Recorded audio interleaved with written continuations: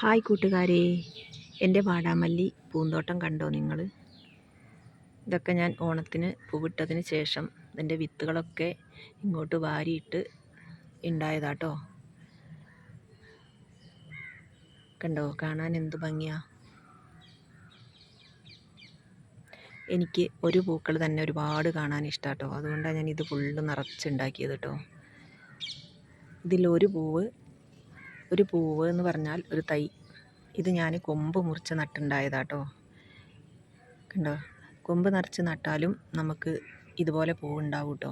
ഞാൻ വെറുതെ ഒരു ചെടിയിലേക്ക് ഒരു കഷ്ണം കൊണ്ടുവന്ന് നട്ട് പിടിപ്പിച്ചതാട്ടോ.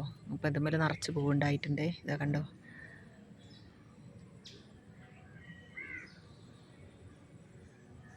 നിങ്ങളും ഇതുപോലെ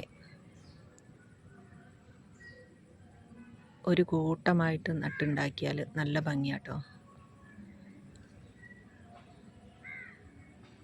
ഇതിൻ്റെ ഉള്ളിൽ വേറെയും ചെടികളുണ്ട് കേട്ടോ. പക്ഷേ ഈ പൂക്കൾ കാരണം മറ്റേത് കാണുന്നില്ല എന്നേ ഉള്ളൂ. കണ്ടോ,